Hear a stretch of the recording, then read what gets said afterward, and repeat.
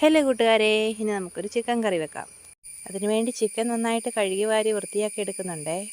അതിനുശേഷം മഞ്ഞൾപ്പൊടി, മല്ലിപ്പൊടി, മുളക് പൊടി, ഉപ്പ് ഇട്ട് നന്നായിട്ട് തിരുമ്മിയെടുക്കാം.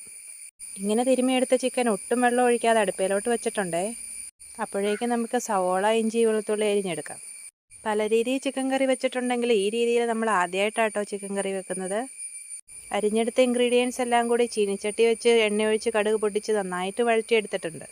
നമ്മുടെ ചിക്കനിലുണ്ടായ വെള്ളം ഇതുപോലെ വറ്റി വരുന്നുണ്ടേ. ശേഷം മഞ്ഞൾപ്പൊടി, മല്ലിപ്പൊടി, മുളക് പൊടി, കാശ്മീരി പൊടി, ചിക്കൻ പൊടി എന്നിവയിട്ട് നന്നായിട്ട് മൂപ്പിച്ചെടുക്കുന്നുണ്ടേ. മൂപ്പിച്ചെടുത്ത പൊടികളെല്ലാം മിക്സിക്കകത്തിട്ട് നമുക്കൊന്ന് അരച്ചെടുക്കാം. അപ്പോഴേക്കും നമ്മുടെ ചിക്കൻ ഇതുപോലെ നന്നായി വറന്നു വന്നിട്ടുണ്ട്.